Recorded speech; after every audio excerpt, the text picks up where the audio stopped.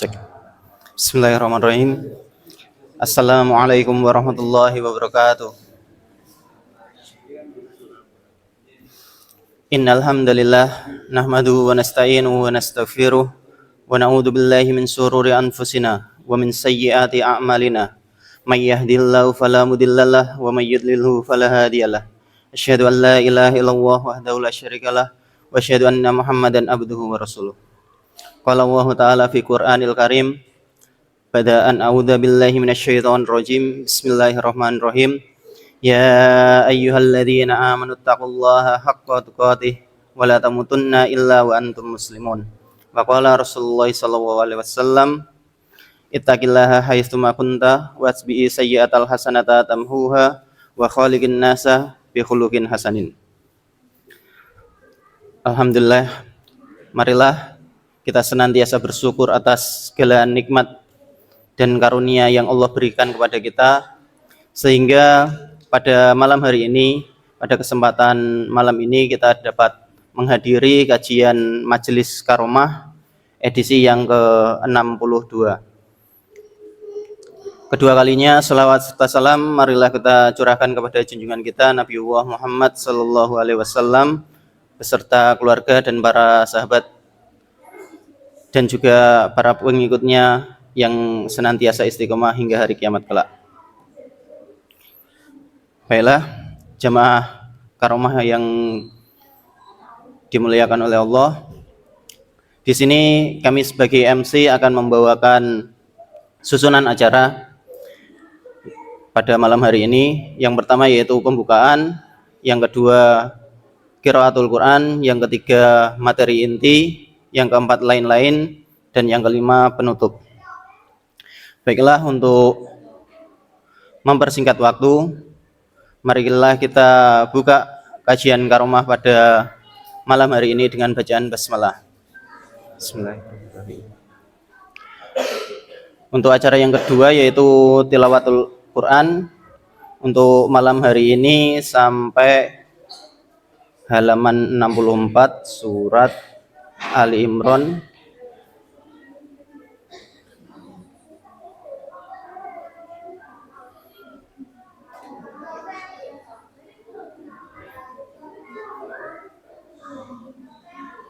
Halaman 64 surat Ali Imran ayat 109. Nggih. Ya. Ya, sebelumnya untuk jamaah dimohon untuk mengisi yang soft terdepan terlebih dahulu agar nanti jamaah yang datangnya agak belakangan bisa menempati tempatnya.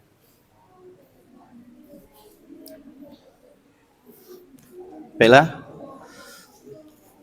Untuk tilawahnya mari kita awali dengan ta'awudz dan basmalah.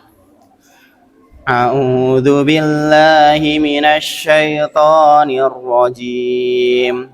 Bismillahirrahmanirrahim. Walillahi ma fis samawati wa ma fil ard. Wa ilallahi turja'ul umur. Kuntum khaira ummatin ukhrijat linnasi ta'muruna bil ma'rufi wa tanhauna 'anil munkar wa tu'minuna billah. Walau amana ahlul kitabi lakana khairan lahum minhumul mu'minuna wa aktsaruhumul fasiqun.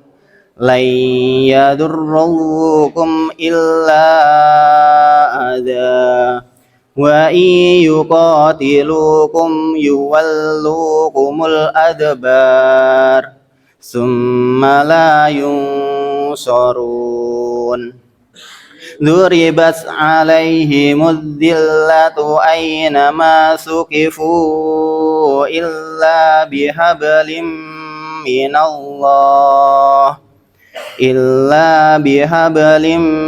minallahi wa hablim minan nasi wa ba'u bighadabim من الله وباءوا بغضب من الله وضربت عليهم المسكنة ذلك بأنهم كانوا يكفرون بآيات الله ويقتلون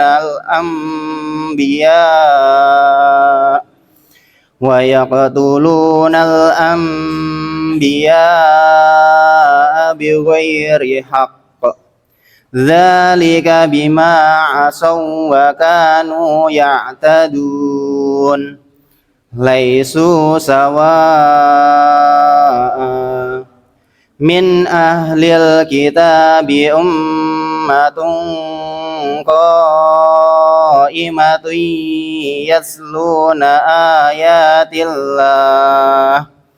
يتلون آيات الله آناء الليل وهم يسجدون يؤمنون بالله واليوم الآخر ويأمرون بالمعروف وينهون عن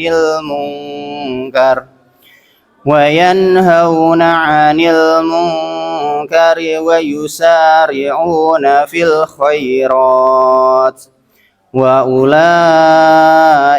من الصالحين وما يفعلوا من خير فلن يكفروه والله عليم بالمتقين. Allahumma arhamna bil Quran. Ya,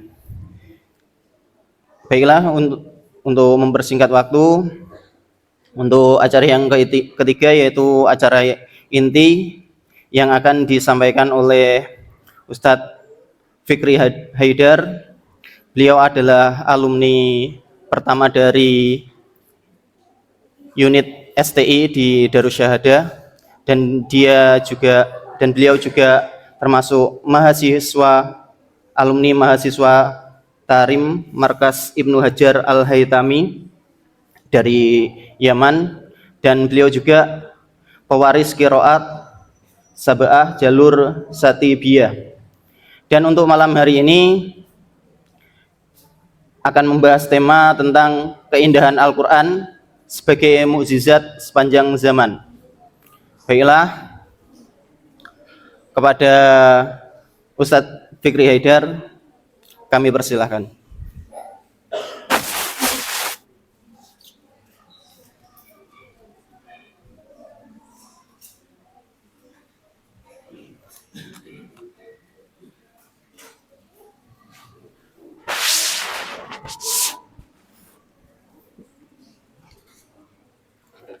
Bismillah. Assalamualaikum warahmatullahi wabarakatuh.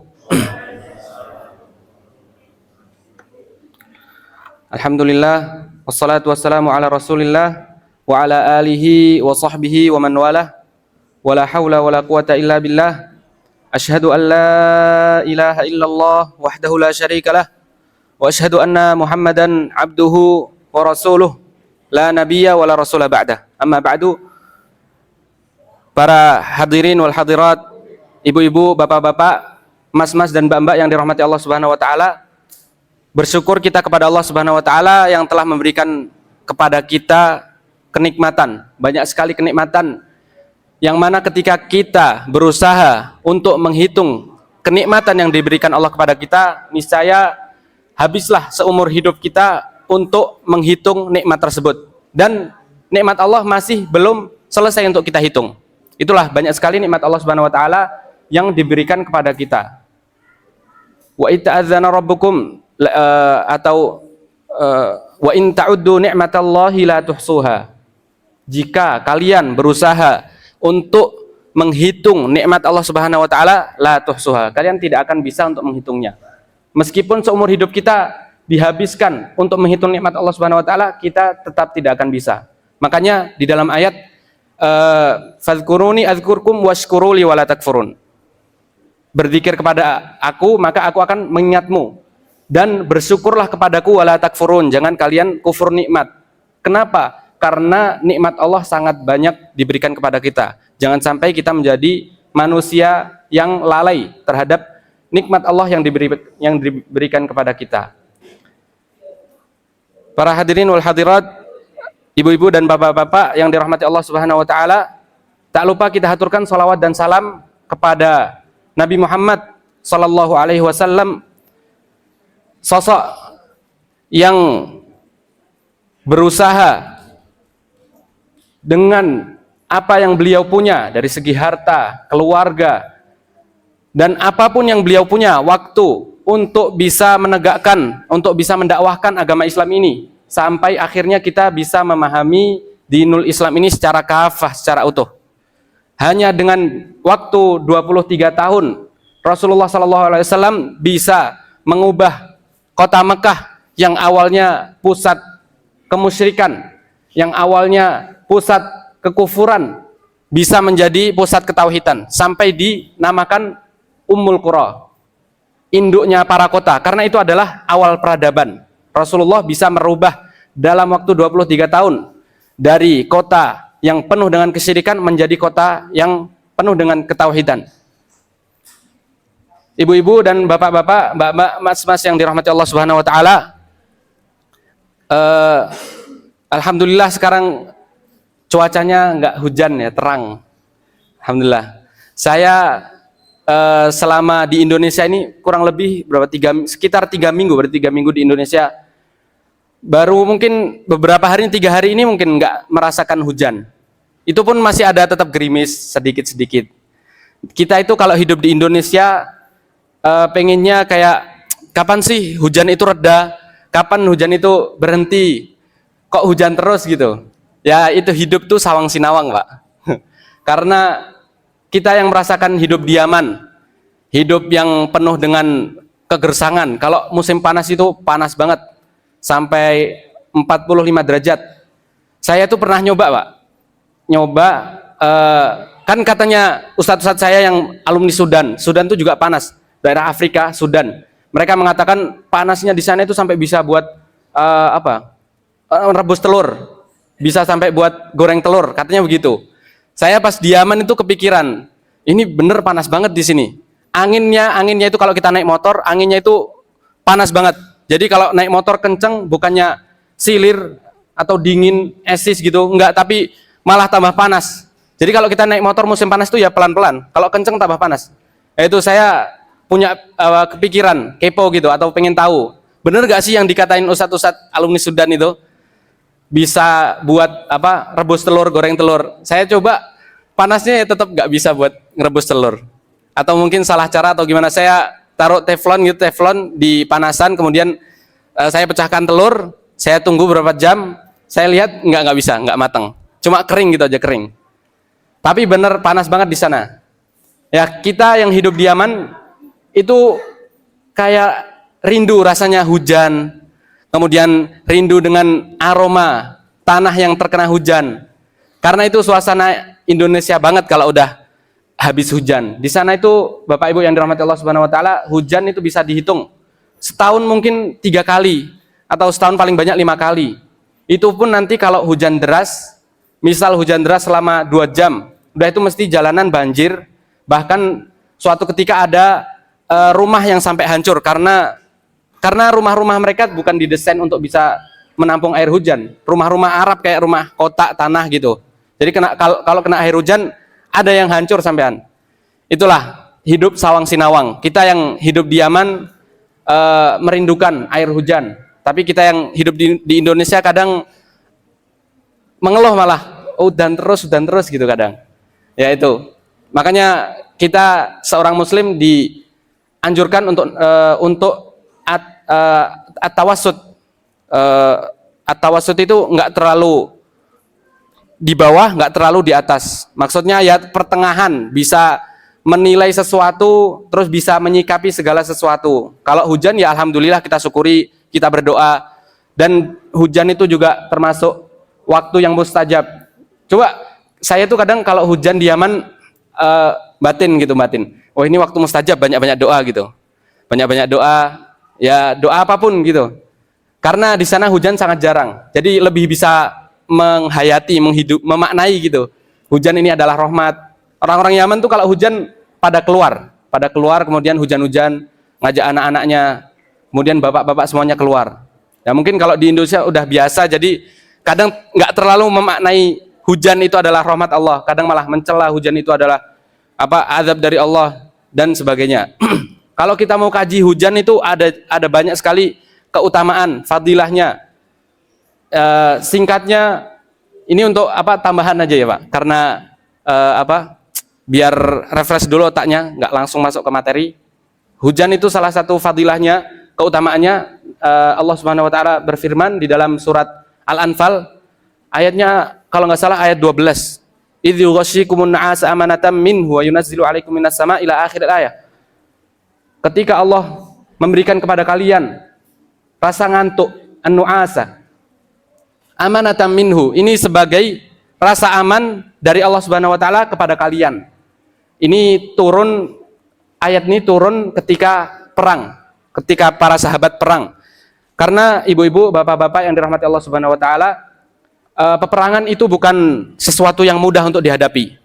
Peperangan itu adalah sesuatu yang mengerikan dan menakutkan.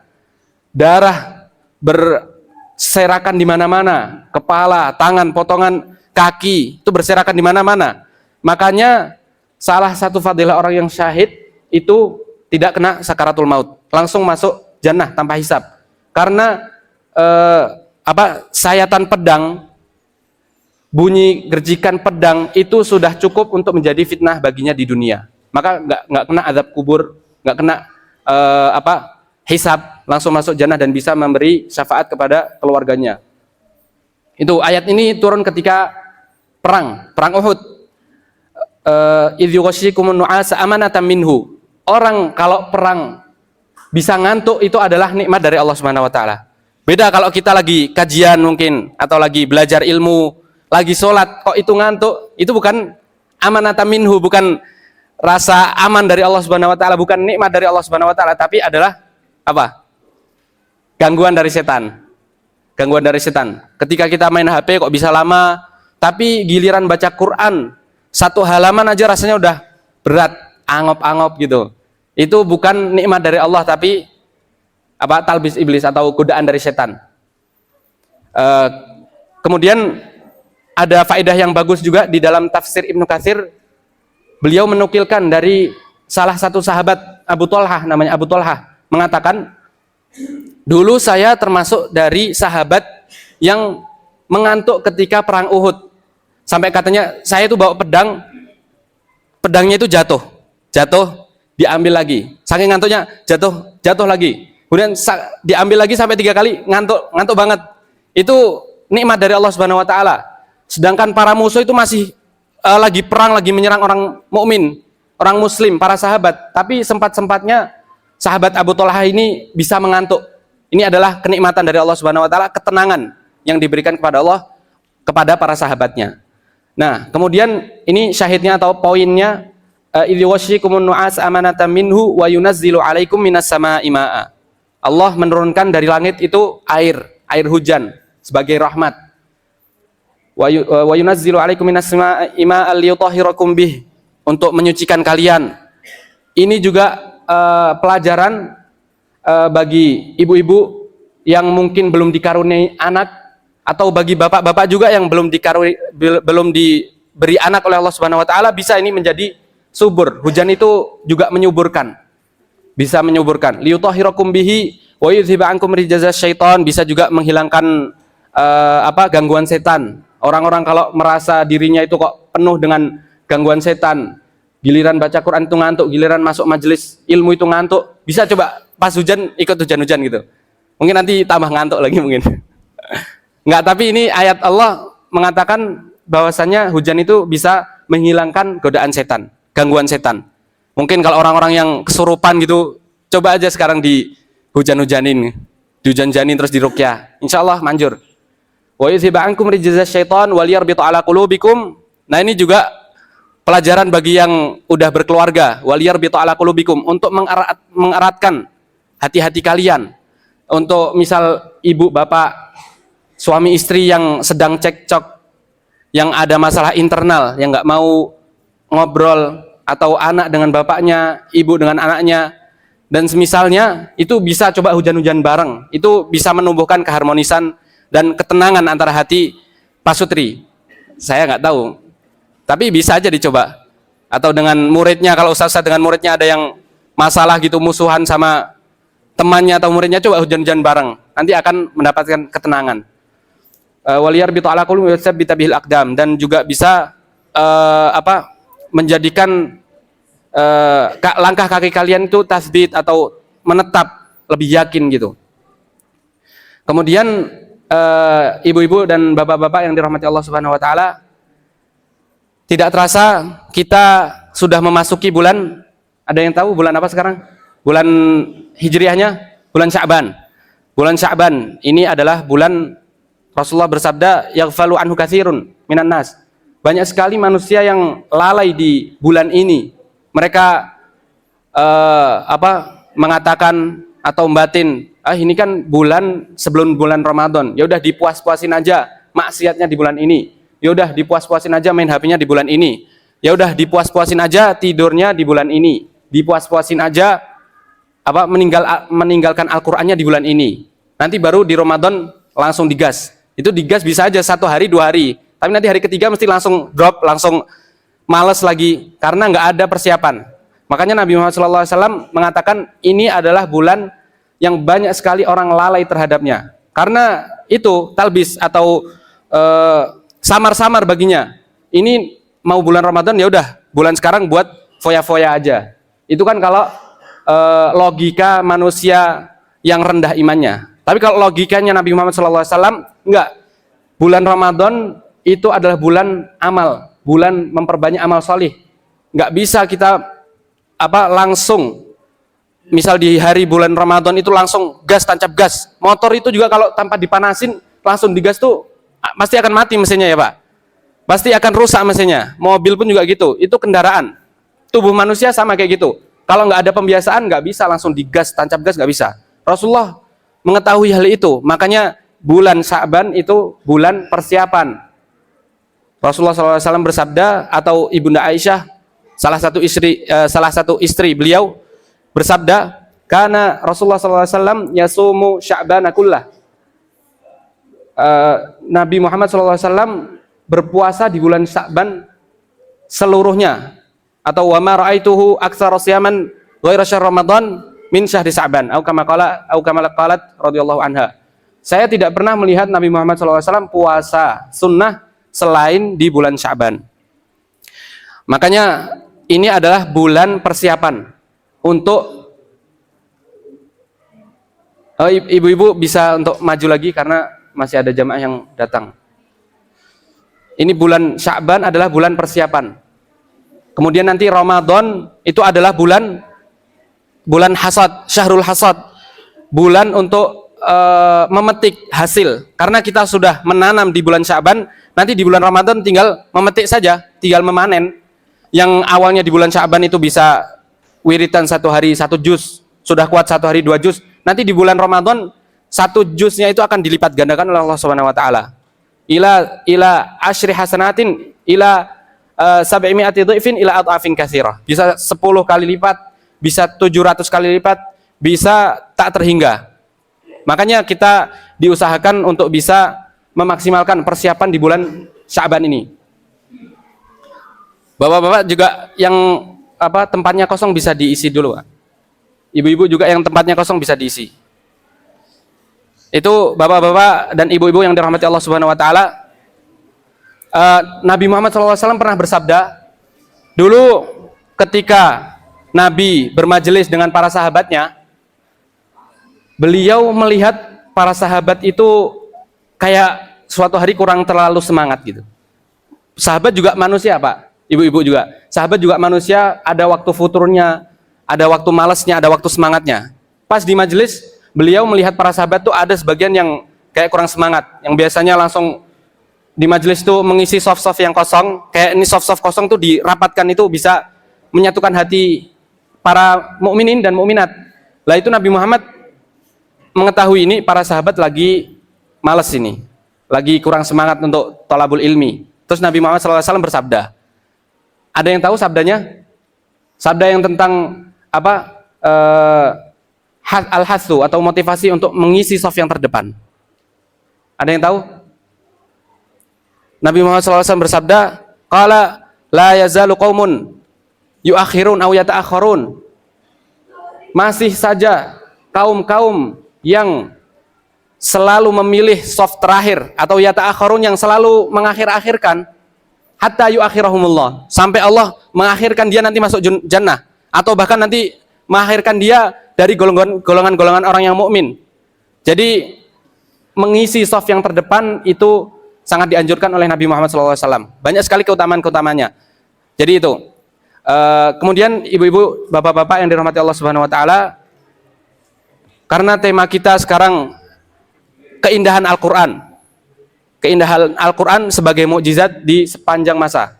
Ini juga ngepasi nanti ada bulan Ramadan, biar kita lebih menjiwai, bisa memaknai bacaan setiap ayat Al-Quran, setiap lafadznya, bahkan setiap hurufnya kita bisa memaknai.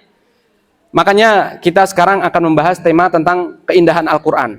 Al-Quran itu sangat indah dari segi manapun, dari segi balaghahnya, sastranya, dari segi pemilihan katanya, bahkan dari segi tartilul tilawah atau bacaan, membaguskan bacaan, dari segi dari segi kesehatan itu juga bisa, dari segi kepemimpinan, dari segi apalagi kekeluargaan itu indah dari segi manapun Al-Quran. Makanya para musyrikin, orang-orang musyrik ketika hidup di zaman Nabi, mereka itu melihat Rasulullah itu membawa kebenaran, Rasulullah itu membawa sesuatu yang hak.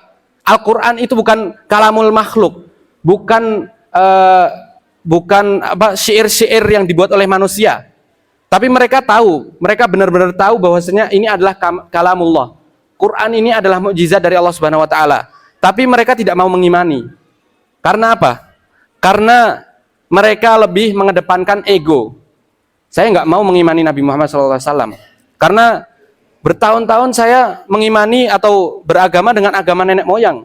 Gimana bisa Nabi Muhammad SAW atau mereka mengatakan Muhammad yang baru datang, yang baru yang baru berdakwah, maksa kita untuk mengikutinya. Mereka nggak mau.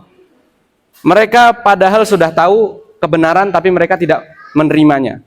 Bahkan salah satu penyair handal di musyrik itu Al-Mughirah bin Syu'bah, atau ya kalau nggak salah Al-Mughirah bin Syu'bah.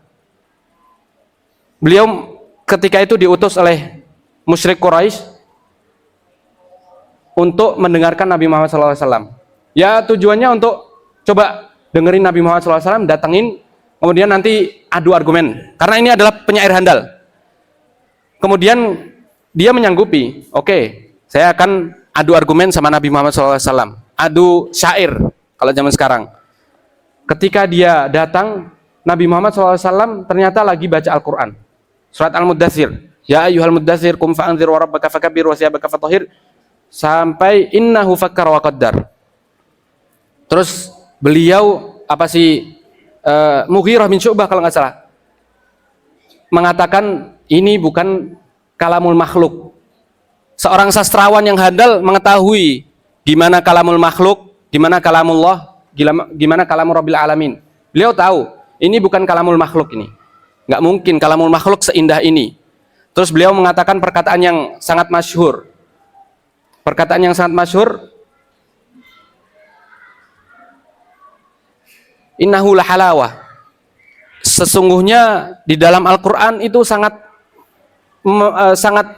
indah, sangat halawah itu manis. Terus kemudian di akhir kata beliau mengatakan innahu ya'lu wa la yu'la alaih. Dan Al-Quran ini akan tetap tinggi dan tidak ada yang lebih tinggi dari Al-Quran. Itu seorang musyrik sastrawan dan penyair handal mengakui bahwasanya ini adalah kalamullah.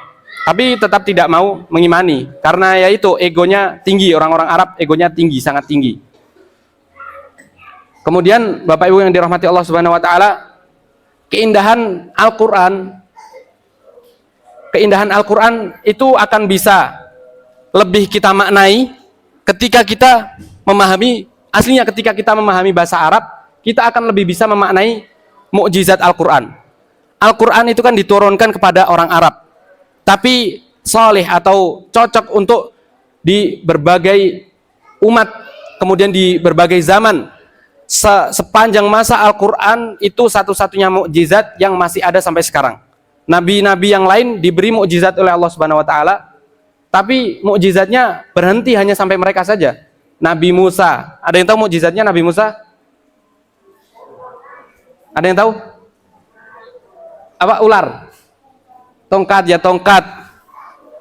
Nabi bukan tongkatnya, tapi tongkat yang berubah jadi ular, tongkatnya yang bisa membelah lautan. Itu mukjizatnya Nabi Musa itu tentang sihir. Karena di zaman itu Fir'aun kan mempunyai penyihir-penyihir yang handal. Makanya Allah memberikan mukjizat kepada Nabi Musa tentang sihir. Kemudian, tapi ketika Nabi Musa sudah wafat, sihir atau mukjizatnya itu udah nggak ada. Sampai sekarang udah nggak ada. Kemudian Nabi Isa, ada yang tahu mukjizatnya Nabi Isa? Bisa menghidupkan orang mati. Kemudian menyembuhkan orang yang sakit. Wa tubri'ul akmaha wal abrasa bi'izni wa id tukhrijul mauta bi'izni wa id kafaftu bani Israil anka idzitahum, itu sampai akhir ayat surat Al-Maidah. Bisa menyembuhkan orang yang sakit, kemudian bisa menghidupkan orang mati dengan izin Allah Subhanahu wa taala. Tapi ketika Nabi Isa sudah diangkat oleh Allah Subhanahu wa taala ke langit, itu mukjizatnya sudah tidak ada.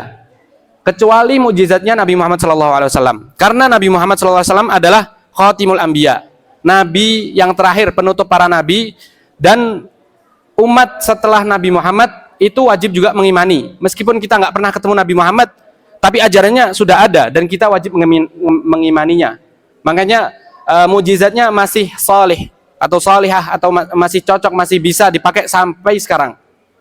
Argumennya yang sangat kuat, sastranya yang sangat tinggi. Kalau sampai sekarang kita tidak bisa memahami apa yang dimaksud mukjizat Al-Quran itu, maka masih ada yang salah di dalam hidup kita. Coba bayangkan, kita itu seorang muslim, panduan kita adalah Al-Quran, As-Sunnah. Mukjizat yang ada di Al-Quran, gimana kita nggak bisa memahami? Gimana umat muslim yang berjuta-juta ini tidak bisa memahami hakikat mukjizat Al-Quran? Itulah masalahnya kenapa umat muslim yang berada jutaan ini tidak memiliki bobot atau mudah sekali disetir sama musuh-musuh Islam, karena mereka banyak, cuma kualitasnya seperti buih-buih yang ada di lautan. Innakum kutsur walakinnakum gutsa ka gutsa isail. Kalian itu ketika itu banyak, kata Nabi Muhammad SAW. Di akhir zaman muslim itu sangat banyak, tetapi kualitasnya, kata Nabi Muhammad, walakinnakum gutsa, seperti buih-buih yang ada di lautan. Buih yang ada di lautan, ombak itu sangat banyak, nggak terhingga, nggak terhitung. Tapi apakah mempunyai bobot, apakah mempunyai kualitas? Sangat tidak ada. Bahkan nggak dianggap. Para nelayan pun nggak mungkin akan mencari buih-buih di lautan, nggak mungkin. Makanya umat Islam di akhir zaman, dan itu zaman kita sekarang, walakinnakum gutsa ka gutsa isail. Tapi kalian ketika itu kualitasnya seperti buih-buih yang ada di lautan, ribuan, jutaan, bahkan miliaran, tapi nggak ada kualitasnya, nggak berbobot sama sekali. Ini salah satu sebabnya karena jauhnya kita dari Al-Quran. Meskipun kita baca Al-Quran, tapi ketika kita tidak bisa memahami mukjizat Al-Quran, itu rasanya kayak ada yang kurang gitu. Meskipun kita baca Al-Quran itu saja dapat pahala, cuma kalau kita bisa mempelajari bahasa Arab, syukur-syukur bisa bahasa Arab lah, kemudian kita membaca Al-Quran akan sangat terasa, lebih terasa ketika membacanya. Makanya para sahabat atau Nabi Muhammad bahkan dulu membaca satu ayat dari malam sampai pagi. Kemudian Sahabat Utsman bin Affan satu rakaat itu bisa 30 juz khatam. Itu mereka bukan membaca dengan lisan. Ya benar, mereka membaca dengan lisan, tapi hakikatnya mereka itu membacanya dengan hati, dengan tadabbur. Orang kalau bisa mentadabburi Al-Quran itu akan sangat betah untuk duduk lama-lama dengan Al-Quran. Karena kita sebagai manusia itu akan senang ketika menemukan hal-hal yang baru. Dan Al-Quran ini maknanya akan senantiasa baru. Karena itu mukjizat sepanjang masa, jadi itu cocok dan maknanya akan terperbarui, terupgrade terus seiring berjalannya waktu. Karena mungkin miniman kita dalam memahami bahasa Arab, minim juga kita dalam memahami Al-Quran. Jadi itu tidak ada kata terlambat dalam mempelajari ilmu agama. Bahkan Abu Hanifah rahimahullah ta'ala, imam mazhab yang pertama. Ada 4 imam mazhab, Abu Hanifah. Kemudian ada yang tahu? Abu Hanifah, Imam Malik, kemudian Imam Syafi'i, Imam Ahmad. Itu yang pertama adalah Abu Hanifah. Imam Abu Hanifah ini bukan didikan dari kecil untuk belajar ilmu agama. Enggak. Imam Abu Hanifah seorang sosok yang mempelajari ilmu agama tergolong agak akhir daripada kita. Mungkin coba mas-mas ini yang umurnya belasan tahun nih, mbak-mbak yang umurnya puluhan atau 20-an tahun, itu masih lebih awal belajarnya daripada Imam Abu Hanifah. Imam Abu Hanifah sekitar 40-an tahun baru belajar ilmu agama. Tapi karena kesungguhannya, karena kecerdasannya, beliau ketika mengetahui bahwasanya ilmu agama ini yang lebih penting daripada dunia, karena ketika itu beliau itu fokusnya bisnis. Sekarang kayak jadi konten kreator mungkin, jadi artis atau jadi afiliator, Imam Abu Hanifah dulu. Tapi beliau menyadari bahwasanya ilmu agama itu lebih penting daripada dunia, daripada kekayaan. Makanya beliau langsung pindah ke ilmu agama. Sampai akhirnya beliau menguasai ilmu di bidang fikih. Banyak sekali beliau menguasai Al-Quran, kemudian tafsir, kemudian hadis. Tapi yang paling terkenal beliau itu menguasai bidang fikih. Fikih Abu Hanifah. Ini banyak tersebar di daerah Turki.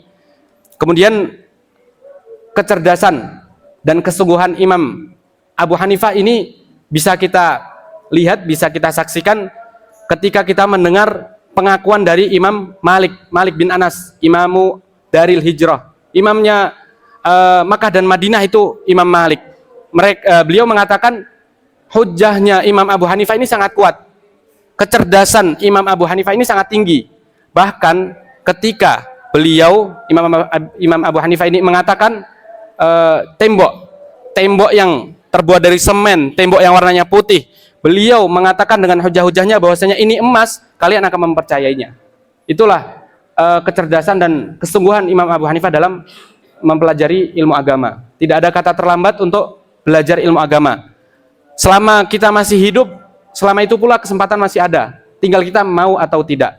Itu bapak-bapak yang dirahmati Allah Subhanahu wa taala, kita agar bisa lebih memaknai Al-Quran, agar kita lebih semangat dalam membaca Al-Quran, agar kita bisa lebih dekat dengan Al-Quran, mungkin salah satunya kita perlu mengkaji atau mengetahui tentang bagaimana dulu Al-Quran itu diturunkan, kepada siapa Al-Quran itu diturunkan, di mana Al-Quran itu diturunkan. Al-Quran ketika dia ada di suatu tempat, di seseorang atau di manapun, maka tempat itu, orang itu atau sesuatu itu akan menjadi mulia. Paham? Al-Quran ketika berada di suatu tempat atau di diri seseorang, pasti yang nempel dengan Al-Quran itu akan menjadi mulia. Bisa contohnya seperti misal HP ini, Pak. HP ini ketika mati kayak gini, itu tidak ada hukumnya. Kita boleh bawa masuk ke kamar mandi, boleh. Jadi kita banting-banting pun nggak apa-apa, diinjek-injek pun nggak apa-apa. HP ini, aduh, kelepas. Ya, jadi HP itu kalau nggak lagi dibuka Al-Qur'annya, maka dia akan ya remeh. Udah gini aja HP, dibanting, diinjek, diremehin juga nggak apa-apa. Tapi beda halnya, dan nanti akan masuk hukum-hukum fikihnya ketika HP ini dibuka Al-Qur'an. Ketika buka aplikasi Al-Qur'an, maka baru kena hukum-hukum fikih yang menunjukkan bahwasanya Al-Quran itu langsung menjadikan dia mulia. Azannya jam berapa, Ustaz? Mau azan dulu atau azan dulu? Ya, kita dengarkan azan dulu dan dijawab.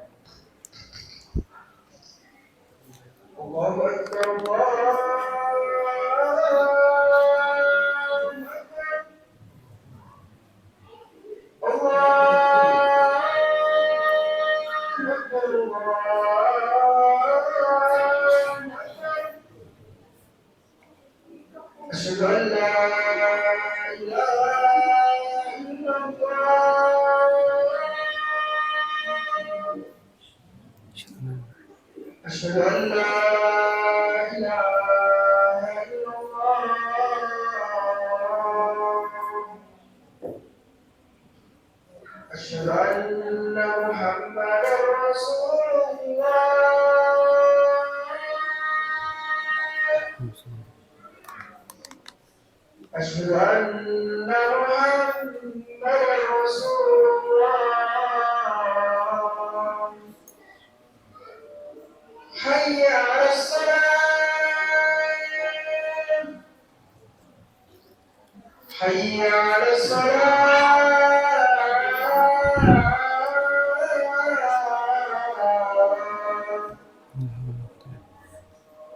حي على الفلاح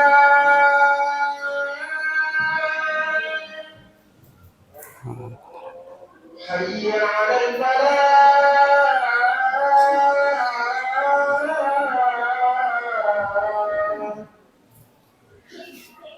الله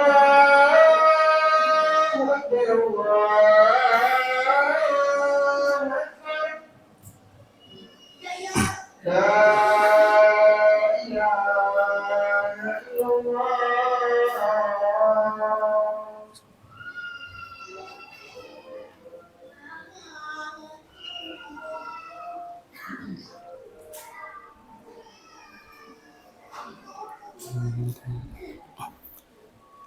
Kita lanjutkan lagi.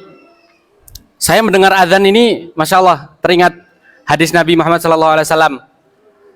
Dulu sahabat Jabir bin Abdullah ini salah satu sahabat terdekat Nabi. Banyak sekali meriwayatkan hadis juga. Beliau mengatakan, bersabda, menukil dari Nabi Muhammad SAW. Qala Nabi SAW, man qala hina yasma'un nida. Man qala hina yasma'un nida, Allahumma rabba hadhihi ad-da'wati tammah was salatil qa'imah ati Muhammadanil wasilata wal fadilah ati Muhammadanil wasilata wal fadilah wa ba'athu maqaman mahmudan ladzi watah. Ini doa yang udah semuanya kita sudah hafal. Halat lahu syafaat yaumal qiyamah. Beliau mengatakan, saya pernah mendengar Nabi Muhammad SAW bersabda, barang siapa yang berdoa ketika azan. Jadi ketika azan menjawab, kemudian diam, tidak ngobrol, menghayati.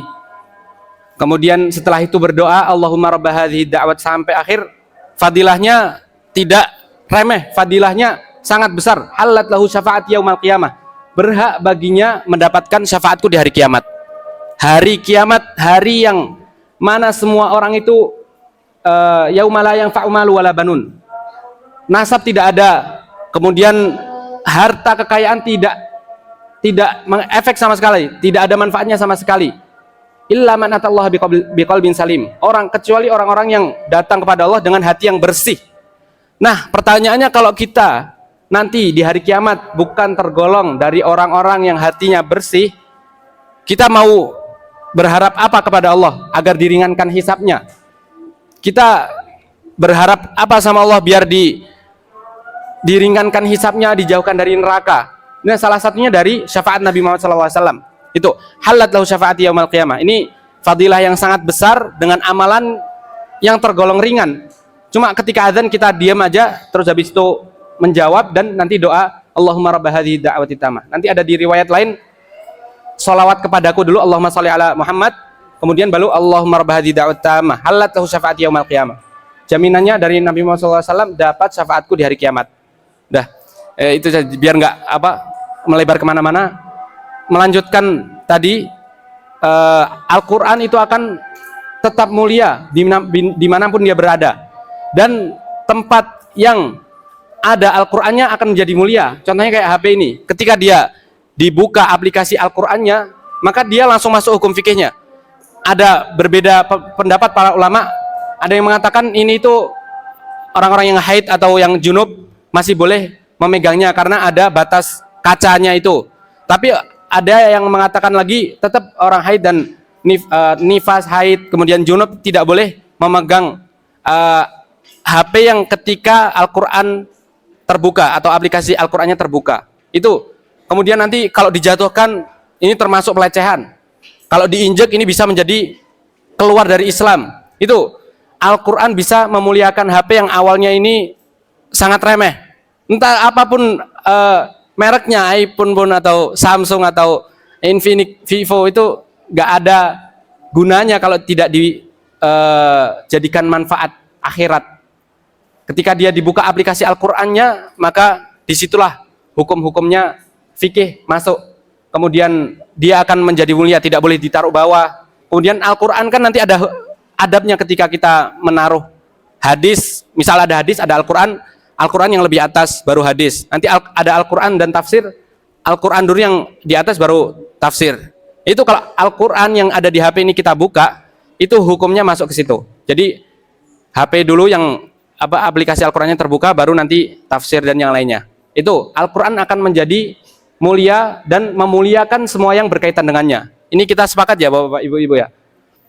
Makanya Mekah menjadi kota yang sangat mulia karena Al-Quran diturunkan di dalamnya. Madinah pun juga, kemudian Nabi Muhammad diturunkan kepadanya Al-Quran, maka menjadi Nabi yang paling mulia, lebih mulia dari seluruh Nabi.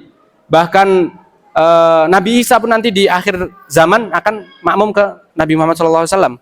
Kemudian nanti ketika di hari kiamat tidak ada nabi-nabi yang bisa memberikan syafaat kecuali Nabi Muhammad SAW. Analaha, aku yang memiliki syafaat itu, aku yang diizinkan oleh Allah syafaat itu. Nabi Adam nggak bisa, padahal itu adalah Abul Bashar, bapaknya para manusia. Kemudian Nabi Nuh, padahal itu adalah Rasul yang diutus ke bumi. Yang pertama itu adalah Nabi Nuh, itu juga tidak bisa. Nabi Isa, kemudian Nabi Ibrahim, Khalilullah, kekasih Allah, itu tidak bisa juga. Nabi Musa juga tidak bisa. Sampai akhirnya ke Nabi Muhammad SAW, beliau mengatakan analaha. Karena Nabi Muhammad SAW adalah Nabi yang paling mulia, yang paling mulia di antara para Nabi yang lain. Itu. Makanya ketika kita mengetahui bagaimana Al-Quran itu mulia dan memuliakan orang-orang yang sekitarnya, kita akan lebih semangat lagi. Mau nggak mau kalau kita mempelajari Al-Quran dan kita memahami Al-Quran, syukur-syukur kita mau menghafal Al-Quran. Apalagi yang mas-mas ini yang masih muda-muda, yang otaknya masih fresh, mbak-mbak ini, kemudian anak-anak yang SD yang masih kecil ini dididik untuk bisa menghafal Al-Quran. Itu manfaatnya mungkin nggak bisa kita rasakan sekarang. Tapi seiring berjalannya waktu, 5 tahun, 10 tahun, nanti akan kita rasakan bagaimana Al-Quran itu bisa menenangkan hati kita. Bagaimana Al-Quran itu bisa menjadi teman kita dimanapun kita. Meskipun kita sendirian, tapi kita misal hafal Quran, rasanya kayak ada teman hidup gitu. Jalan kemana-mana sendirian itu bisa sambil murojaah, bisa sambil mentadaburi ayat-ayatnya. Itu akan menjadi mulia ketika anak-anak kita atau anak-anak panjenengan didekatkan dengan Al-Quran dan dimotivasi untuk bisa menghafal Al-Quran. Ini juga tugas para ustadz-ustadzah, tugasnya para ibu-ibu dan bapak-bapak untuk bisa mendekatkan anak-anak kepada Al-Quran dan lebih meminimalisir gadgetnya, HP-nya, karena HP ini sangat merusak, apalagi zaman sekarang. Ibu-ibu dan bapak-bapak yang dirahmati Allah Subhanahu wa taala, HP ini kalau kita tidak batasi, bahkan kita sendiri pun kalau kita tidak membatasi HP ini, itu akan merusak waktu kita. Apalagi anak-anak yang harusnya itu dikasih waktu yang bermanfaat buat Al-Quran, buat belajar, buat kumpul keluarga, buat diberikan kisah-kisah sejarah, tapi malah diberikan HP. Alasannya, kalau anakku nggak diberikan HP, nanti nangis dia, nggak bisa berhenti. Ini ujiannya orang tua di zaman sekarang.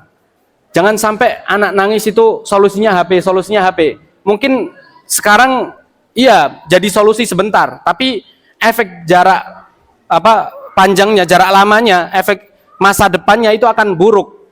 Dia nanti akan kecanduan HP, nggak mau diomongin sama orang tuanya. Kalau dinasihatin sambil main HP, dia sama sekali nggak mendengar omongan orang tuanya. Pengalaman ini. Nggak. Kalau dia nasihatin nggak masuk, lah itu parahnya HP, rusaknya HP. Mendekatkan anak-anak kepada Al-Quran, jauhkan dari HP. Kalau bisa didoktrin bahwasanya kebanyakan main HP itu bikin rusak otaknya, bikin sakit matanya. Itu bahkan akan lebih bagus. Didoktrin bahwasanya kalau lebih dekat kepada Al-Quran, memperbanyak bacaan Al-Quran, itu hidup kita akan lebih tenang, lebih bahagia. Itu anak kecil harus diberikan waktu-waktu yang produktif. Kemudian ibu-ibu dan bapak-bapak yang dirahmati Allah Subhanahu wa taala, ini sampai jam berapa, Ustaz? Baru setengah materi. Sampai jam 8 kurang seperempat. Ya bisa. Jadi sejarahnya Al-Quran turun itu, kita tahu Nabi Muhammad SAW dulu itu selalu menyendiri. Ini juga poin penting di hadis Aisyah radhiyallahu anha, salah satu istri tercintanya beliau setelah Khadijah. Khadijah itu satu-satunya istri Nabi yang tidak dimadu, yang tidak di poligami. Itu karena kecintaan Nabi terhadap Ibunda Khadijah. Setelah Ibunda Khadijah meninggal, dinamakan Amul Huzn, tahun kesedihan, karena emang udah hatinya itu buat Ibunda Khadijah. Tapi karena takdir Allah, kullu nafsin dha'iqatul maut, semuanya akan wafat. Akhirnya setelah itu baru menikahi Ibunda Aisyah. Dan Ibunda Aisyah ini menjadi istri yang paling dicintai setelah Ibunda Khadijah. Nah, itu beliau meriwayatkan dulu Nabi Muhammad SAW sering tahannuts, menyendiri ketika di Gua Hira. Di Gua Hira beliau sering tahannuts, menyendiri, kemudian merenungi gimana kok Quraisy ini mempunyai akal tapi nggak dipakai akalnya. Mereka itu orang-orang yang pintar, orang yang kaya, cerdas, tapi sayang memahami atau membedakan antara patung dan rob atau sesembahan itu nggak bisa. Bagaimana mereka menyembah patung yang mereka buat dari tangan mereka sendiri, yang nanti kalau kena banjir hancur, dipukul palu aja bisa pecah. Gimana logikanya Nabi Muhammad SAW main? Karena Nabi itu orang yang sangat cerdas, jadi nggak bisa kalau ini dibiarkan. Akhirnya Nabi menyendiri. Ini orang Muslim kalau dia menyadari zaman ini adalah zaman yang rusak, dia pasti akan banyak tadabur, banyak ta'amul atau merenung. Pasti dia akan merenung. Ustadz-ustadzah yang ngajar anak-anak SD atau SMP, kemudian menyadari kok ada yang nggak beres dengan santri-santri kita, ada yang nggak beres dengan murid-murid kita, pasti dia akan memperbanyak merenung. Orang-orang yang menyadari bahwasanya dirinya bermasalah, dirinya memperbanyak dosa, pasti dia akan memperbanyak merenung. Itu juga yang dilakukan oleh Nabi Muhammad SAW. Beliau menyadari Quraisy ini rusak, serusak-rusaknya. Akhirnya beliau merenung. Sampai akhirnya turun malaikat Jibril dan mengatakan Iqra. Atau sebelum mengatakan Iqra itu, malaikat Jibril mendekap Nabi Muhammad SAW dengan dekapan yang sangat kuat, sampai Nabi Muhammad SAW hampir meninggal katanya. Menceritakan hal ini, sampai saya tuh hampir nggak bisa nafas karena dekapan malaikat Jibril yang sangat kuat. Akhirnya dilepas lagi. Terus habis itu Iqra, ma ana biqari, aku nggak bisa baca katanya, karena Nabi Muhammad SAW nggak bisa baca, nggak bisa tulis. Kemudian didekap lagi sama malaikat Jibril dengan dekapan yang sangat kuat, yang lebih kuat lagi, sampai akhirnya Nabi Muhammad ya mau semaput gitu. Kita bisa lihat gimana MMA gitu kan, dunia persilatan, kalau lagi dikunci terus lehernya itu dikunci, dipencet gitu kan, nanti sampai ngeliang-ngeliang gitu. Ini Nabi Muhammad sampai kayak gitu 3 kali. Yang ketiga kalinya akhirnya malaikat Jibril mengatakan Iqra bismi rabbikal ladzi khalaq, khalaqal insana min 'alaq, sampai ayat 'allamal insana ma lam ya'lam. Ini malaikat Jibril ingin memberi isyarat. Allah ingin memberi pelajaran kepada Nabi Muhammad bahwasanya dakwahmu itu tidak mudah. Dakwahmu itu tidak santai-santai. Kita tidak membutuhkan orang yang lemah. Dakwah tidak bisa diemban oleh orang-orang yang lemah. Dakwah Islam ini mengajar, kemudian jadi dai, itu tidak bisa orang-orang yang lemah. Karena agama Islam ini butuh orang-orang yang kuat, seperti Nabi Muhammad SAW dan para sahabatnya. Kemudian Nabi Muhammad ketakutan, nggak paham. Coba bayangkan ketika sedang menyendiri didatangin oleh sosok ya malaikat Jibril yang bercahaya besar, kemudian tiba-tiba mendekap, pasti akan ketakutan. Kita pun juga akan ketakutan, bahkan mungkin kita langsung meninggal, bahkan mati kita karena ketakutan. Nabi Muhammad seperti itu, ketakutan. Kemudian pulang ke Khadijah, nanti dihibur sama Khadijah. Ini juga banyak sekali pelajaran-pelajaran ilmu parenting juga, sebagai ibu yang baik, sebagai istri yang baik itu. Kemudian sama Ibunda Khadijah dihibur, akhirnya Nabi agak tenang. Ketika Nabi sudah dihibur agak tenang, Nabi udah diizinkan istirahat sama Allah? Nabi boleh ya udah tidur dulu sebentar, tadi agak kaget kayaknya, terus habis itu udah mau meninggal, ya udah sekarang istirahat? Enggak, Allah juga enggak memanjakan Nabi Muhammad. Turun lagi ayat, ya ayyuhal muddatsir qum fa'anzir. Wahai Nabi Muhammad, kamu itu seorang dai, seorang pendakwah menyeru Islam. Jangan tidur aja, qum fa'anzir. Berdiri. Jangan tidur terus. Padahal baru rebahan, dathiruni katanya Nabi Muhammad, dathiruni. Selimuti aku. Habis diselimuti sama Allah, kum fa'anzir wa rabbaka fakabbir wa siyabaka fatahhir. Berdiri, dakwah langsung. Nabi Muhammad juga orangnya bukan tipikal orang yang manja dan malas-malasan. Ya udah, karena Allah udah menyuruh kita untuk dakwah, langsung berdiri. Itu Nabi Muhammad di awal menerima firman Allah Subhanahu wa taala, beliau dalam keadaan ketakutan, kelelahan, susah payah, berkeringat sampai keringat itu membasahi tubuhnya. Inilah awal turunnya Al-Qur'an itu bukan dengan ketenangan, tidak bisa dengan kemudahan. Nabi Muhammad bahkan ketakutan. Sekarang kita bisa membaca semua ayat Al-Qur'an ini dengan tenang, bahkan tanpa ada gangguan. Dimanapun kita bisa membaca Al-Qur'an, itu kita akan bisa memaknai. Dulu Nabi Muhammad SAW bersusah payah dalam menjaga Al-Quran ini. Kemudian di dalam hadis beliau ketika diturunkan wahyu, setiap turun ayat, setiap turun wahyu, beliau akan menggigil. Kemudian wajahnya memerah. Kemudian beliau akan keringat dingin. Itu kondisi Nabi Muhammad setiap diturunkan wahyu. Menjadi keringat dingin, ketakutan dan menggigil. Kemudian wajahnya memerah. Karena menerima wahyu itu tidak mudah. Dan kita sekarang harusnya bersyukur bisa membaca Al-Quran dengan utuh. Sayang banget kalau kita tidak bisa menghafalnya. Atau minimal anak keturunan kita yang bisa menghafalnya. Menjadi ahlul Quran. Itu sangat minimal. Ibu-ibu, bapak-bapak yang dirahmati Allah Subhanahu wa taala. Jadi itu sejarah singkat tentang turunnya Al-Quran. Kemudian Al-Quran juga nanti diturunkan oleh Allah Subhanahu wa taala bukan dengan satu lafaz saja. Misal Alhamdulillahirabbil alamin, Ar-Rahmanir-Rahim, Maliki yaumiddin. Enggak, tapi Allah menurunkan Al-Quran dengan berbagai bahasa. Ada yang membaca Maliki yaumiddin, ada yang membaca Maliki yaumiddin. Ada yang membaca An'amta alaihim, nanti juga ada yang membaca An'amta alaihum. Itu Rasulullah SAW dulu juga membacanya. Karena logat orang-orang Arab itu berbeda-beda, bapak-bapak, ibu-ibu yang dirahmati Allah Subhanahu wa taala. Logat orang Arab itu berbeda-beda, makanya Nabi Muhammad SAW diberi atau diturunkan kepadanya Al-Quran dengan berbagai bahasa. Biar lebih masuk ke dakwahnya ke mereka. An'amta alaihum, nanti ihdinas siratal mustaqim. Ada yang ihdinas siratal pakai sin. Jadi nanti kalau ada orang yang baca ihdinas siratal mustaqim pakai sin, jangan disalahkan. Karena ini juga mutawatirah, nyambung sampai Nabi Muhammad SAW. Nah itu Al-Quran juga mukjizat dari segi lafadznya. Ini sedikit contoh saja. Karena ada 10 qiraat mutawatirah, 10 bacaan, gaya bacaan yang bersambung kepada Nabi Muhammad SAW. Dan alhamdulillah saya baru 7 saja, 7 kurang 3 lagi. Karena nanti kalau 7 itu harus menghafal 1000 bait. Nanti 3 menambah 3 itu harus menghafal berapa? Sekitar 250 bait. Itu baru nanti qiraah asyrah sugro, bacaan 10 qiraat yang kecil. Nanti ada namanya qiraah asyrah kubro, bacaan yang 10 yang besar, yang udah puncaknya itu harus menghafal lagi 1000 bait. Ya doakan saja ibu-ibu, bapak-bapak, semoga saya bisa ya sampai akhir lah, sampai mentok itu qiraah asyrah kubro, dimudahkan oleh Allah bisa menghafal dan memungkinkannya. Syukur, biar nanti bisa mengajarkan ke bapak-bapak juga ibu-ibu.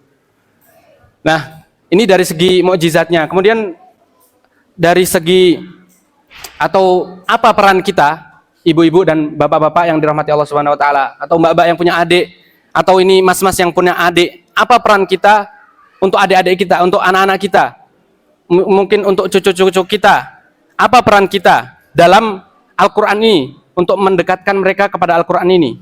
Sangat banyak. Yang paling besar, kita harus mencontohkan kepada mereka bahwasanya Al-Quran itu sumber ketenangan. Kita harus mencontohkan kepada mereka bahwasanya kita sebagai orang muslim tidak boleh lepas dari Al-Quran. Minimal kita punya wirid harian lah, punya rutin harian membaca Al-Quran. Jangan sampai Al-Quran itu dibuka ketika Ramadan saja. Ini tugas juga para ustadz, para ustadzah. Kita harus menanamkan kepada murid-murid, kepada santri-santri cinta Al-Quran. Karena kalau Al-Quran sudah tertanam dalam hati mereka, itu nanti akan ada kemungkinan fi ihtimal, atau kita akan bisa mengeluarkan sosok-sosok seperti Imam Syafi'i, Imam Ahmad, Imam Malik, kemudian sosok-sosok seperti sahabat masih bisa. Ketika kita bisa menanamkan mereka kecintaan terhadap Al-Quran sejak dari kecil, ini masih ada kemungkinan nanti keluar sosok-sosok seperti mereka. Imam Syafi'i itu hafal Quran umur 7 tahun. Hafal Quran umur 7 tahun, ini didikan dari ibunya. Berarti kalau ustadz-ustadz didikan, santri-santri didikan ustadznya, anak-anak yang di rumah didikan ibu dan bapaknya.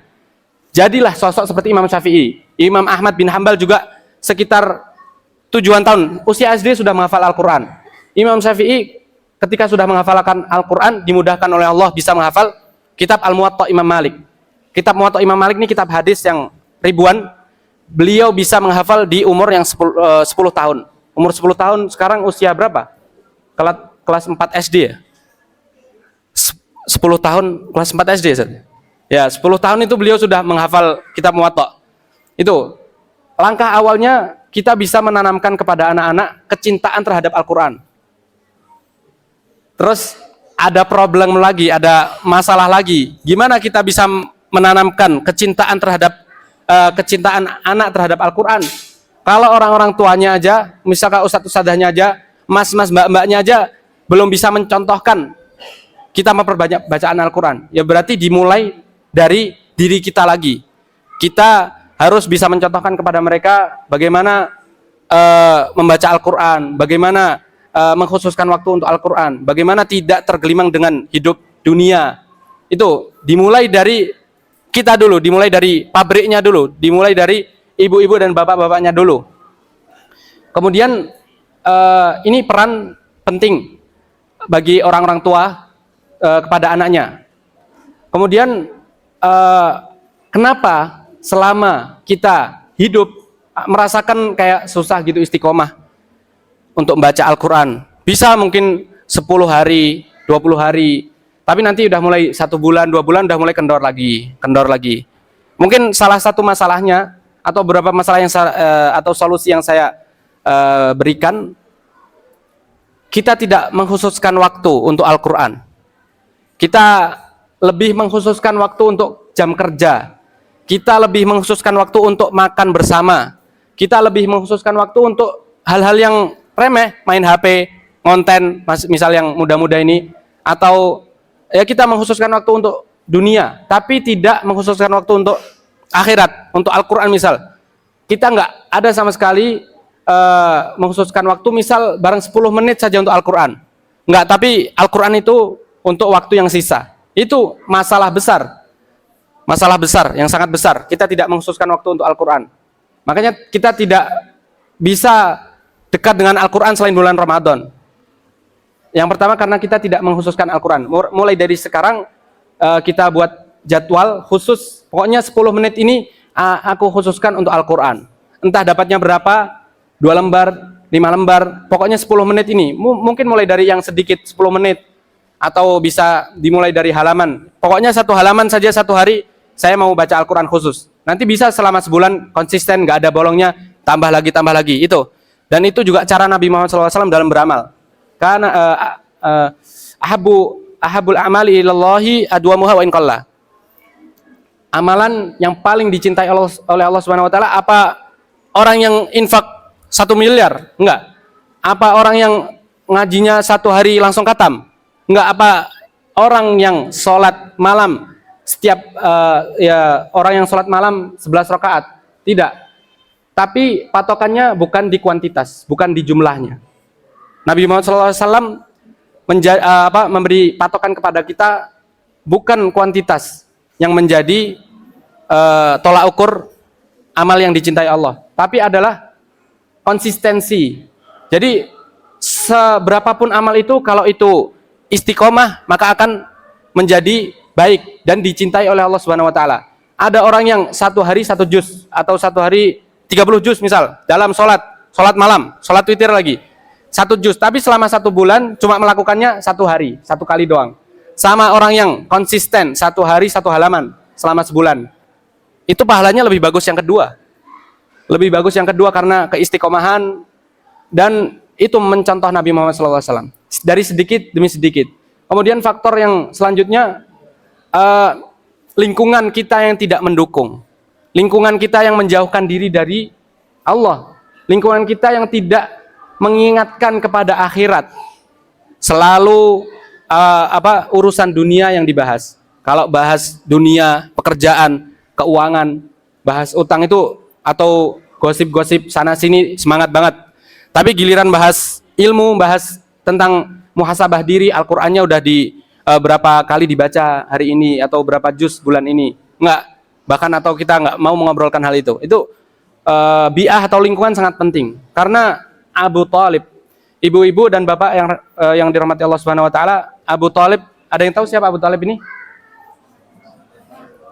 Abu Thalib adalah paman Nabi Muhammad SAW. Seorang yang sangat membantu dakwah Nabi Muhammad SAW. Bahkan ketika meninggal dinamakan juga Amul Huzn.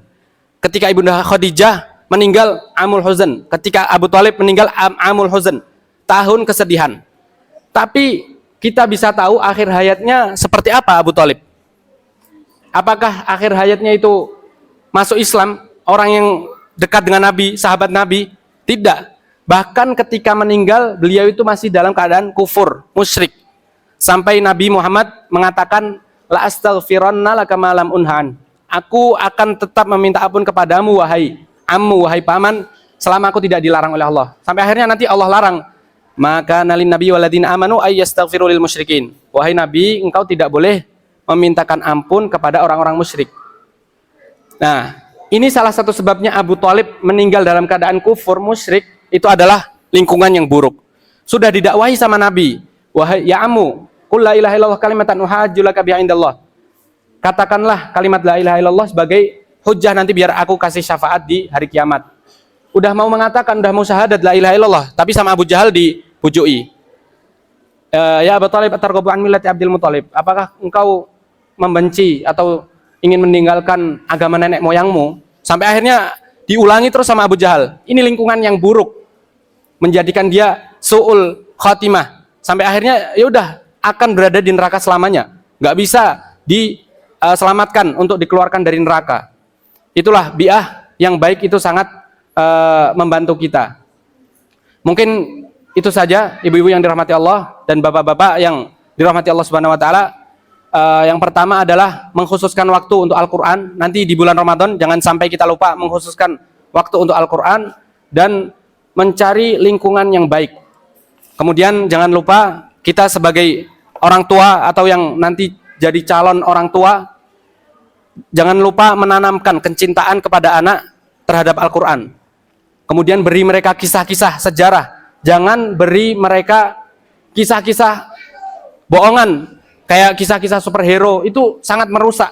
Nanti anak itu, Bapak Ibu yang dirahmati Allah Subhanahu wa taala, lebih menerima kisah daripada nasihat seperti ini. Mungkin anak-anak yang SD itu sulit memahami atau nggak bisa menerima secara utuh. Tapi kalau kisah, mereka akan bisa lebih menerima dan memahami. Makanya Al-Fatih, Muhammad Al-Fatih, kenapa bisa menjadi seorang pejuang di umur 20 tahunan tahun? Karena sejak kecil beliau diberi kisah-kisah sejarah yang membangun. Gimana Umar bin Khattab, gimana Nabi Muhammad SAW. Nanti yang perempuan, yang ibu-ibu, gimana Ummul Mukminin, Aisyah, Khadijah, terus nanti Hafsah, semuanya. Gimana mereka nanti akhirnya kita bisa mencontoh mereka. Nah itu tugas kita semuanya, tidak mudah dan ini memerlukan kesabaran. Semoga kita sukses dan bisa dalam mendidik anak. Semoga kita diberikan anak didik atau zuriat salihah, taqarrubiha ayununa. Amin ya rabbal alamin. Mungkin ini saja yang bisa saya sampaikan. Saya kembalikan kepada MC. Wassallallahu ala nabiyina Muhammad wa ala alihi washabbihi ajmain. Wassalamualaikum warahmatullahi wabarakatuh. Turun nanti. Pertanyaan. Oh. Berapa pertanyaan, Ustaz? Masya Allah. Ini sesi pertanyaan. Oh, pertanyaan dari saya ya, Tat? Oh, yeah. Pertanyaan dari saya berarti. Ini yang nanti tidak terkecuali siapapun yang bisa menjawab akan mendapatkan hadiah ini. Ini hadiahnya sangat, Masya Allah, sangat berbobot. Ini berat juga. Insyaallah. Jadi anak-anak juga yang bisa menjawab, acungkan tangan gitu. Harus berani. Mungkin pertanyaan yang pertama ada 5, berarti ada 5. Pertanyaan pertama, apa fadilah menjawab azan? Ibu-ibu itu yang belakang. Ya, masya Allah. Dapat syafaat dari Nabi Muhammad, betul.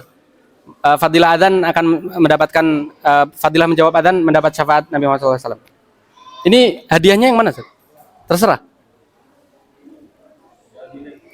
Milih gimana ini?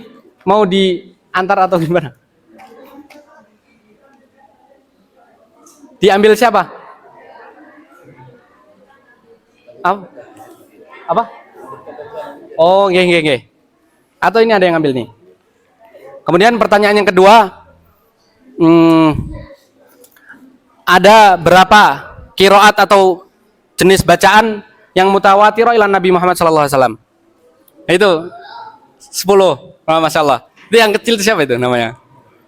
Maju. Ini yang kecil dapatnya kecil ya? Dapatnya kecil nggak apa ya? Disyukuri ya. Nah ini pertanyaan selanjutnya tinggal 4. Tinggal 4.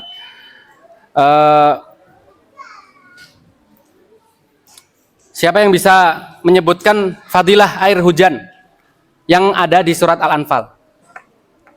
Ini banyak. Kayaknya ini dulu yang ngacung tadi ya? Atau belum? Ini dulu kayaknya. Ya, yang lebih depan dulu berarti. Ya. Sebutkan 2 aja 2, atau kalau bisa semuanya nggak apa?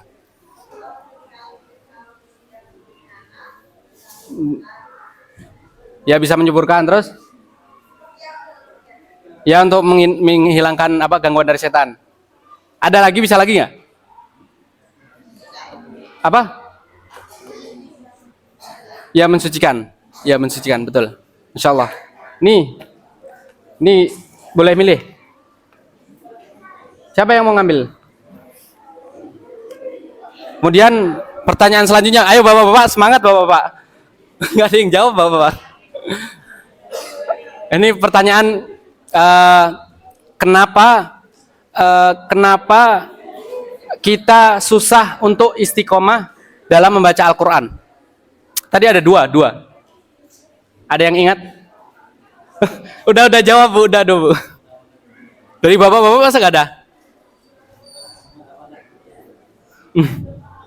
Ada yang lain? Udah dari ini yang perempuan. Ada 2. Apa itu adiknya itu siapa? Sebab kita tidak istiqomah. Apa? Tidak mengkhususkan waktu, masya Allah. Terus yang kedua? Tidak apa?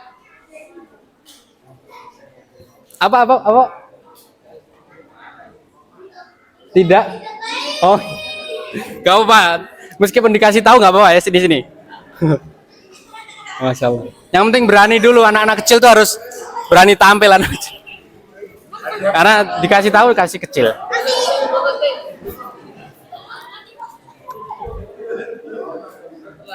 Masya Allah. Ini tinggal 2, ini bapak-bapak harus menjawab ini bapak-bapak. Yang kedua, tinggal 2. Dulu itu ada temannya Imam Syafi'i. Teman Imam Syafi'i rahimahullah ta'ala ketika berada di majelis kayak gini, Imam Malik itu kan gurunya Imam Syafi'i. Lagi tanya jawab kayak gini, Imam Malik ngasih pertanyaan-pertanyaan. Semuanya nggak ada yang bisa jawab. Imam Syafi'i yang tahu aslinya. Tapi Imam Syafi'i nggak mau ngacung gitu karena kayak jaga image lah, aku itu udah bisa semuanya soalnya gitu. Tapi nggak, Imam Syafi'i kayak bisikin temannya yang sampingnya. Ini jawabannya kayak gini. Terus akhirnya dia jawab. Yang kedua jawab lagi. Yang ketiga jawab lagi. Imam Malik sampai kagum. Ini kok bisa jawab terus ini? Terus ditanya, ini kenapa kok kamu bisa jawab terus? Bukan saya yang jawab wahai Imam, tapi ini sampingku ini Imam Syafi'i dikasih tahu. Oh, pantas gitu. Nah itu mirip kayak anak kecil tadi. Ya semoga bisa jadi seperti temannya Imam Syafi'i. Ini tinggal 2. Ibu-ibu dan bapak-bapak, ayo semangat lagi. Kenapa, ini agak susah mungkin ya, kenapa Nabi Muhammad SAW sebelum diturunkan wahyu memperbanyak untuk menyendiri, tahanus, memperbanyak untuk menyendiri di Gua Hira? Ada yang tahu? Masnya?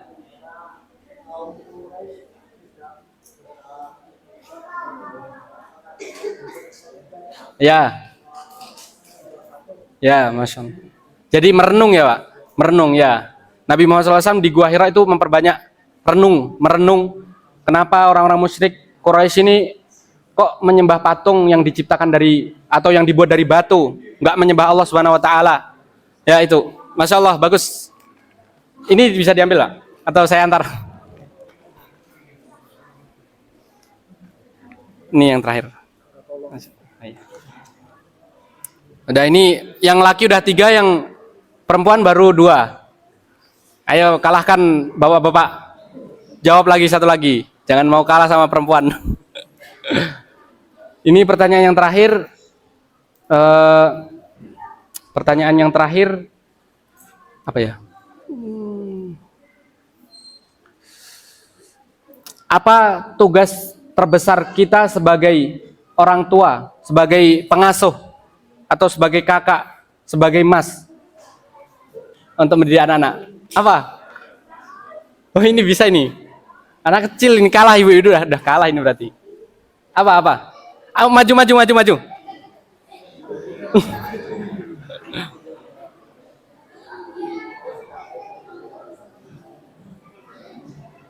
Apa? Sini maju. Hafal. Insyaallah. Namanya siapa namanya? Harun, insyaallah Nabi Harun. Insyaallah kayak Nabi Harun. Apa jawabannya? Sini pakai mic. Dekatkan pada Al-Quran. Kurang kenceng. Sini. Dekatkan pada Al-Quran. Dengar yang apa wanita dengar? Enggak dengar. Bapak yang belakang dengar? Enggak dengar. Lagi yang kenceng lagi. Mendekatkan pada Di sini. Di sini loh, depan sini. Al-Quran. Apa? Enggak usah grogi. Ayo sini. Udah.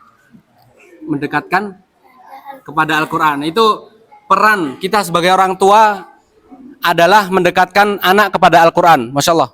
Anak kecil udah berani tampil, ini bagus. Perlu diapresiasi kayak gini. Meskipun dikasih tahu abinya ya gak apa-apa juga. Ini menghadap situ. Nih, ini hadiahnya. Insya Allah.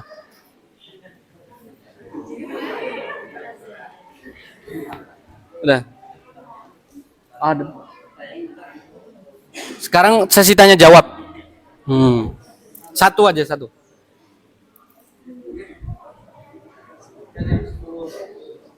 Qiraat. Ini ada pertanyaan bagus juga dari bapak-bapak, dari Ustadz siapa namanya? Ustadz Sulam. Insyaallah.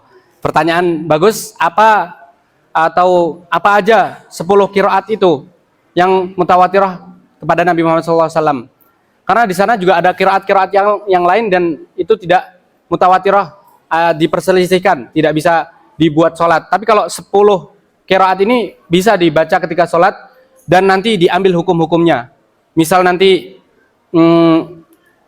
yahsabu annama lahu akhladah, bisa yahsibu annama lahu akhladah, itu ada makna yang berbeda dan ini juga diambil maknanya.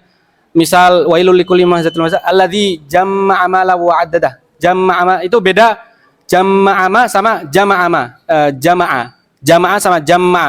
Dan itu diambil hukumnya juga dari ayat yang ini, dari bacaan yang ini juga.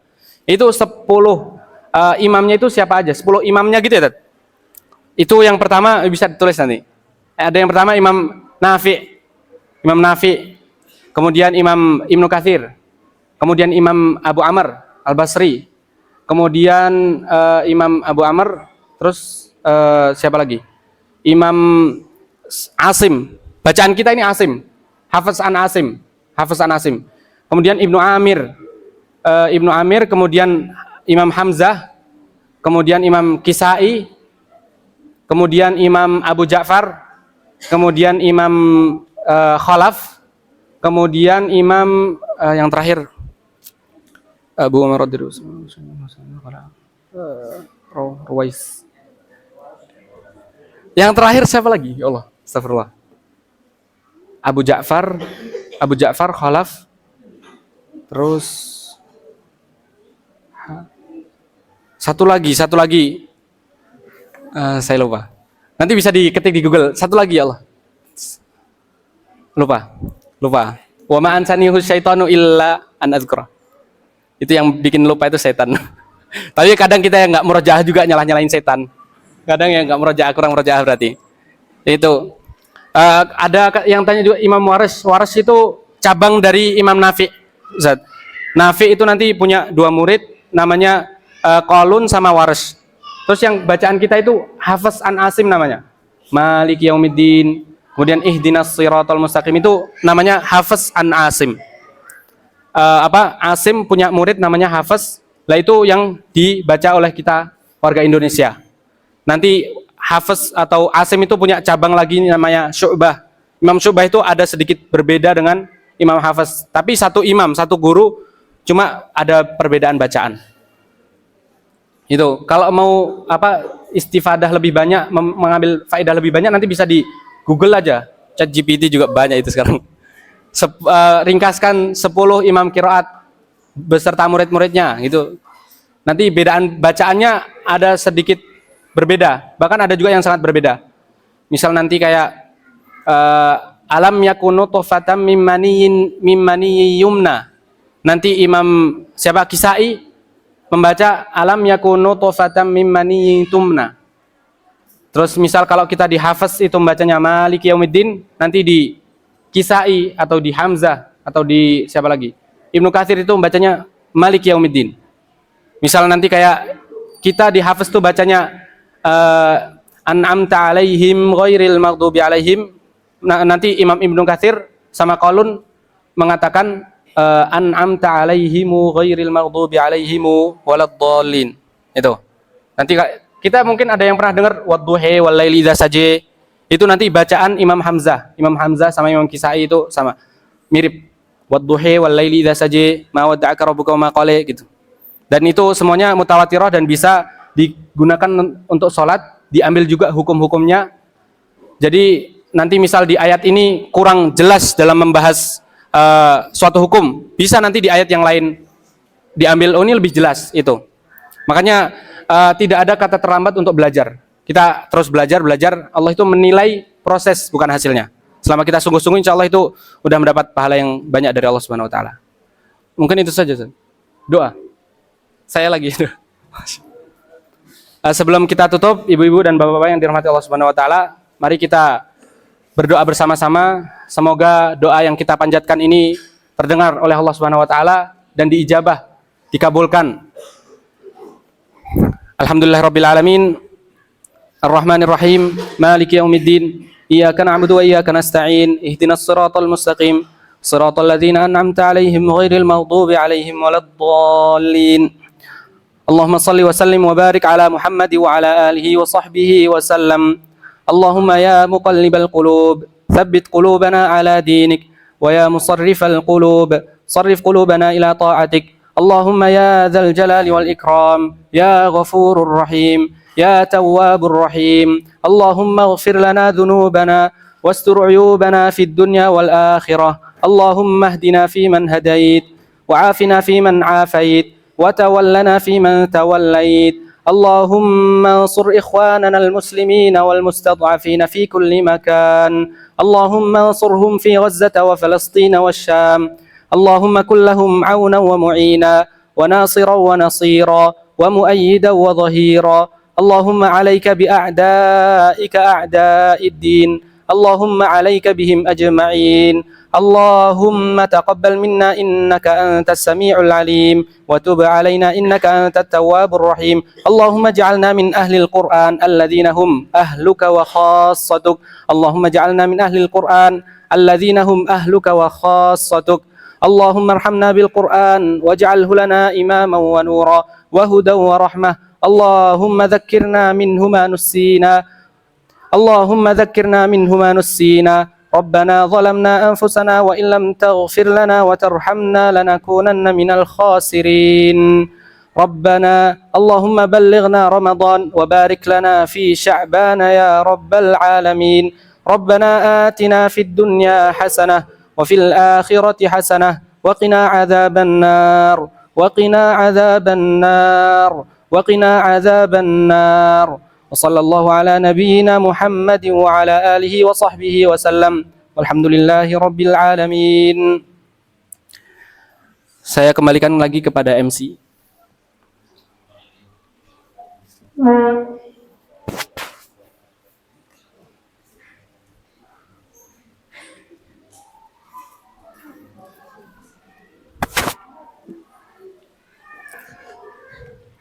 Demikian tadi penyampaian materi dari Ustadz Haidar Fikri. Semoga kita dapat mengambil hikmah dan menjadikan kita lebih dekat dengan Al-Quran dan menjadikan kita lebih semangat lagi untuk belajar Al-Quran. Dan semoga kelak lahir dari generasi kita, generasi yang sangat mencintai Quran dan paham tentang Al-Quran. Kemudian untuk acara lain-lain, infak untuk malam hari ini sebesar Rp450.000. Kami ucapkan terima kasih kepada semua pihak, semua jamaah Majelis Karomah pada malam hari ini atas dukungan dan supportnya. Baiklah, untuk acara yang terakhir yaitu penutup, marilah kita tutup acara pada malam hari ini dengan bacaan hamdalah dan doa kafaratul majlis. Alhamdulillahirabbil alamin. Subhanakallahumma wa bihamdika asyhadu an la ilaha illa anta astaghfiruka wa atubu ilaik. Di sini kami sebagai MC, apabila ada salah dan kurangnya kami mohon maaf. Akhir da'wana, wassalamualaikum warahmatullahi wabarakatuh.